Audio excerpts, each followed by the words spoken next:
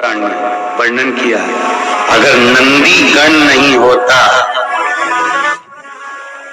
तो संसार सागर में मनुष्य भी जहरीला होता। ऐसे तो जहरीला आज भी है,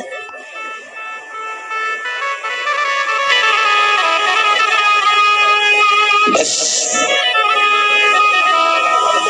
सांप जहरीला दिखता है तो बच लेते हो, मनुष्य भी सर्प जैसा जहरीला है पर पहचान में नहीं आता कि कब डसेगा।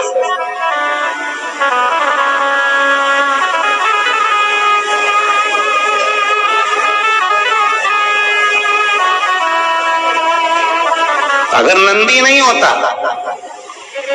तो मनुष्य भी सांप जैसा विष उगलता, अगर नंदी नहीं होता तो।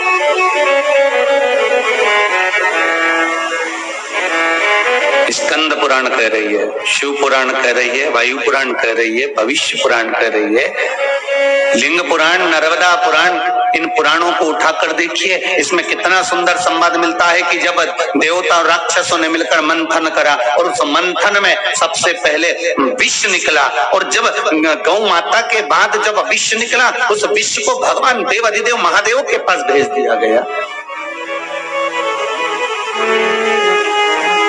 और देवाधिदेव महादेव के पास में जब विष गया, देवाधिदेव महादेव ने जब विष पिया, पीते समय उस विष की कुछ बूंदे जमीन पर गिर गई। जैसे ही जमीन पर गिरी तो वो सांप बिच्छुओं ने धारण कर ली। जैसे ही सांप बिच्छुओं ने धारण करी, इतने में भगवान शंकर तो विष का जो जहर जब पिया था तो शिव हिल गए थे, शिव हिल गए। नंदी सामने बैठा था,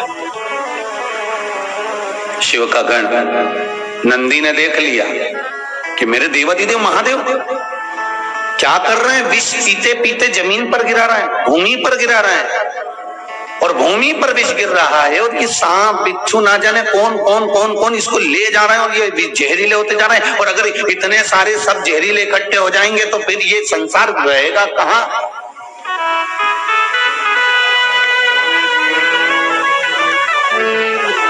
शिव विष पी रहे थे, बूंदे नीचे गिर रही थी, तो नंदी ने सांपों से पूछा।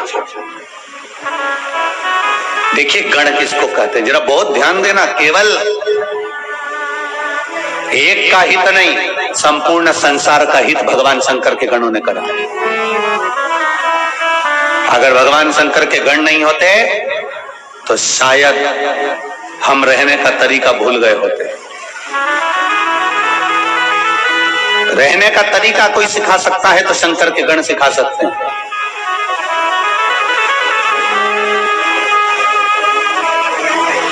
भगवान शिव के गण सिखा।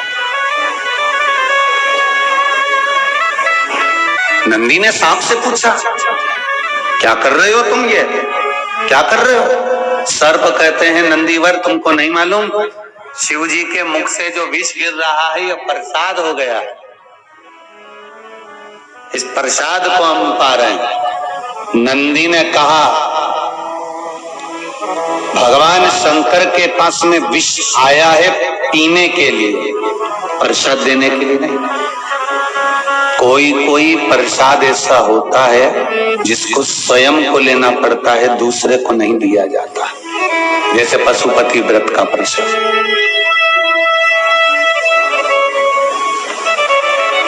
तुमने प्रसाद के 3 हिस्से करे, 2 हिस्से मंदिर में छोड़ कर आए, 1 हिस्सा साथ लाए, उस हिस्से में से आपको किसी को नहीं देना, वो आपको ग्रहण करना। कुछ कुछ प्रसाद ऐसा होता है जिसको स्वयं लेना। जैसे ब्राह्मण जब पूजन कराते हैं घर के अंदर, वास्तु पूजन हो, देवी का पूजन हो, सप्तशती का पूजन हो, रुद्राक्ष का कोई अनुष्ठान हो, महामृत्युंजय अनुष्ठान हो, या कोई भी आप पूजन करने बैठते हो, तो ब्राह्मण जो जोड़ा बैठता है ना, उसके जोड़े की गोद में एक प्रसाद देते हैं। बोलो देते कि नहीं देते। जब पूजन पूरी होती है तो ब्राह्मण कहते हैं, लो साहब झोली रखो, और पत्नी अपना पल्लू करती है, पति उसके नीचे हाथ लगाता है, और ब्राह्मण देवता उसमें आशीर्वाद के तुल्य वो प्रसाद दे देता है। अब वो प्रसाद जो ब्राह्मण ने तुम्हारी झोली में दिया है, गोद में दिया है, वो किसी को बांटने का नहीं होता।